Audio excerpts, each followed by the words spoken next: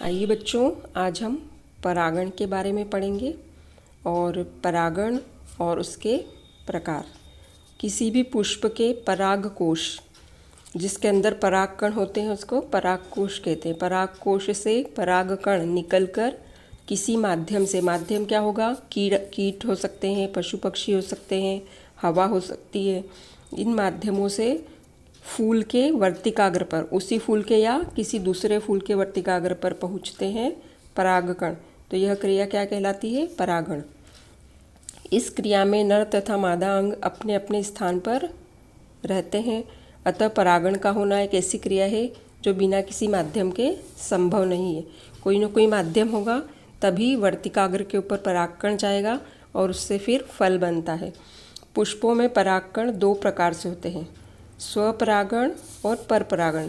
स्वयं परागण मतलब उसी फूल में से परागकण निकलकर उसी की वर्तिकाग्र पर स्वयं पहुंचकर, और जो परागण होता है वह स्वयं परागण कहलाता है। स्वयं परागण की क्रिया उभयलिंगी पुष्पों में होती है, जिसमें एक ही पौधे में नर व मादा पुष्प पाए जाते हैं। स्वयं परागण में एक ही पौधा संतान उत्पत्ति के काम आता है, और इसकी जो विशेषता है वो इस प्रकार है।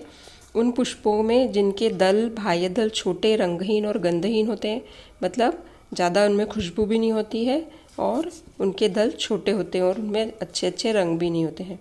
पुष्प उभयलिंगी होते हैं, मतलब उसमें नर मादा दोनों होते हैं।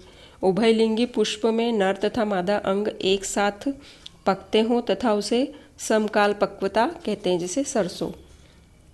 नर तथा मादा अंग समान लंबाई के हों या नर भाग ऊंचाई पर हो, जैसे सरसों। नर और मादा भागों के ऊपरी अंग एक दूसरे से अधिक दूरी पर न हो।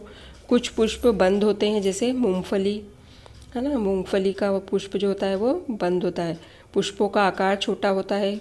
पुष्प अनाकर्षक होते हैं, प्रायः सफ़ेद रंग के होते हैं और सुंदर नहीं होते हैं, है ना। परागकण शुष्क और चिपचिपे नहीं होते हैं, सूखे होते हैं, चिपचिपे भी नहीं होते हैं। कुछ पुष्पों के में पुंकेसर लिपटे हुए होते हैं, परंतु परिपक्व अवस्था में सर्पिलाकार होकर वर्तिकाग्र पर झुक जाते हैं। इस समय परागण परागकण वर्तिकाग्र पर गिरकर स्वयं परागण करते हैं, जैसे गुलवांस। और दूसरा है परपरागण। अभी हमने स्वपरागण और उसकी विशेषताएं पढ़ी, अब हम करेंगे परपरागण। तो किसी पुष्प के परागकण निकलकर किसी माध्यम से उसी जाति के किसी अन्य पुष्प पर वर्तिकाग्र पर पहुंचते हैं, उसे परपरागण कहते हैं। मतलब एक फूल से दूसरे फूल पर पहुंचना। परपरागण में संतान उत्पत्ति के लिए दो पौधों का होना आवश्यक है। पुष्प का उभयलिंगी या एकलिंगी होने से कोई तात्पर्य नहीं है। परपरागण की जो विधियां हैं वो निम्न प्रकार की है। परपरागण के लिए पुष्प में बाह्य कर्मक का होना या पुष्प के स्वयं इस प्रकार का बना होना जो दूसरे पुष्प तक परागकण पहुंचा सके, यह अति आवश्यक है। इसमें पहला है कीट परागण। जो कीड़ों के द्वारा होता है उसे कीट परागण कहते हैं। और कीट परागण में पुष्प अपने को इस प्रकार बनाते हैं कि कीट उनकी ओर आकर्षित हो। अभी हमने जब वो पढ़ा था स्वपरागित, तो उसमें रंगहीन थे, गंधहीन थे, है ना, और छोटे दल थे। और इसमें क्या होता है, बहुत खूबसूरत फूल होते हैं ताकि कीट आकर्षित हो उनकी ओर। वो खुशबू वाले होते हैं और सुंदर होते हैं, जिसके परागकोश से परागकण कीट के ऊपर चिपककर दूसरे पुष्प तक पहुंच जाता है। तो कीड़े आकर जब फूल के ऊपर बैठते हैं तो उनके पैरों पर परागकण चिपक जाते हैं, पंखों पर, पेड़ों पर, पैरों पर, और फिर इस प्रकार वह दूसरे फूल पर जाके बैठते हैं तो वहाँ पर पहुँच जाता है। कीटों को अपनी ओर आकर्षित करने में ये अनुकूल होते हैं। और कीट परागित पुष्पों के लक्षण, जो कीट परागित पुष्प है उनके लक्षण वैसे तो मैंने बता ही दिए हैं, अभी फिर बताती हूँ। रंग, ये कीड़ों को आकर्षित करता है, इसलिए बहुत सुंदर सुंदर चटकीले भड़कीले रंग के फूल होते हैं। और इनके दल भी पक्षियों को अपनी ओर आकर्षित करते हैं। प्रायः पुष्पों की सुंदरता का मुख्य कारण उनके दल होते हैं। जो उनकी पत्तियां होती हैं ना, पंखुड़ियाँ, उसे हम दल कह रहे हैं, जो रंग बिरंगे व आकर्षक होते हैं। इतनी सुंदरता का कारण कभी कभी इनकी बनावट भी होती है, जैसे तितली आकार होते हैं कोई फूल, कोई द्विओष्ठी होते हैं, कोई कुत्ताकार होते हैं, मतलब सुंदर सुंदर तरह के फूल होते हैं जिससे कि कीड़े आकर्षित होते हैं। उसके बाद है सहदल। बोगेनविलिया में सहपत्र रंगीन होते हैं। जो बोगेनविलिया का होता है वो रंगीन होता है। कभी कभी तो पुष्प की सुंदरता सहपत्रों से ही हो जाती है, जैसे फ्यूरोबिया। कुछ फूल ऐसे होते हैं जिसमें जो सहपत्र लगे होते हैं, साइड में जो नीचे पत्तियां लगी होती हैं, उनसे भी उनकी सुंदरता बढ़ती है। और उसके बाद है पुष्पक्रम। सूरजमुखी में एक ऐसा छोटा सा होने के कारण यह कीट को आकर्षित करने में असमर्थ है, सूरजमुखी का फूल। इसलिए फूल में बहुत से फूल समूह होने के कारण, बहुत ढेर सारे फूल होने के कारण भी इस पर कीट आकर्षित होते हैं। कीटों को अपनी ओर आकर्षित करने के लिए बाह्य दल पुंज का सुंदर होना, है ना, मकरंद का आकर्षक होना, खुशबूदार होना, और सुगंध होना, खाद्य होना, मतलब खाने के लिए कीड़ों को काम आते हों तो वहाँ पे भी कीड़े जाकर बैठते हैं। फिर सुरक्षा की दृष्टि से, जैसे कभी कभी धूप, सर्दी, गर्मी से बचने के लिए भी कीट पुष्पों में शरण ले लेते हैं, जिससे उनके पैरों पर परागकण चिपक जाते हैं और दूसरे पुष्प पर, वर्तिकाग्र पर पहुँच जाते हैं। ये हुआ कीट परागण और उसकी विशेषताएं और लक्षण। दूसरा है वायु परागण। जिस पौधों में परागण वायु के द्वारा होता है उसके पुष्पों को वायु परागित पुष्प कहते हैं। ये प्रायः रंगहीन होते हैं, इसमें मकरंद भी नहीं होता है। वायु परागित पुष्पों की जो लक्षण है वो है, यह परागण अधिकतर आद्य पौधों में पाया जाता है।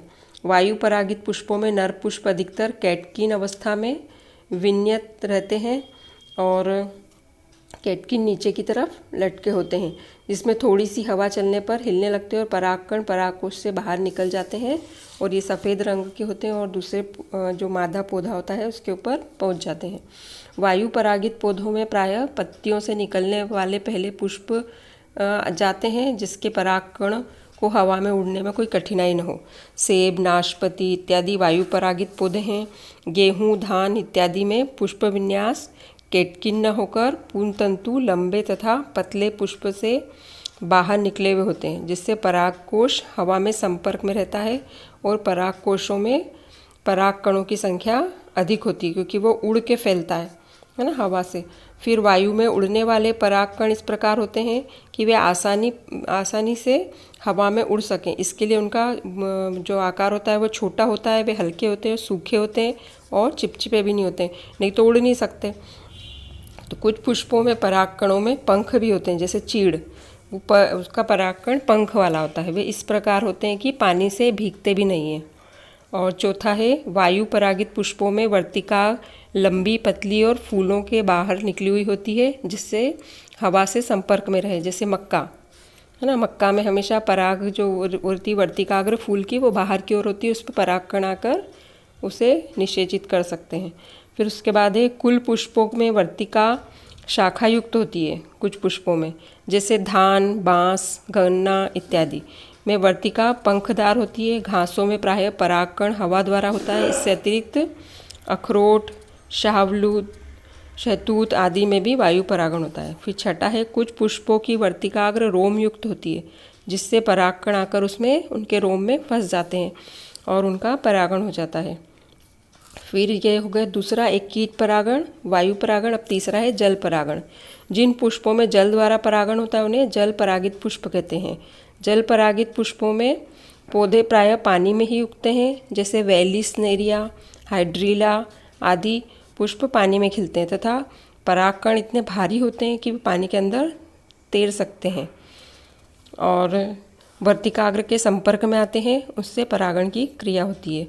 इस प्रकार पुष्पों को जल परागित पुष्प कहेंगे।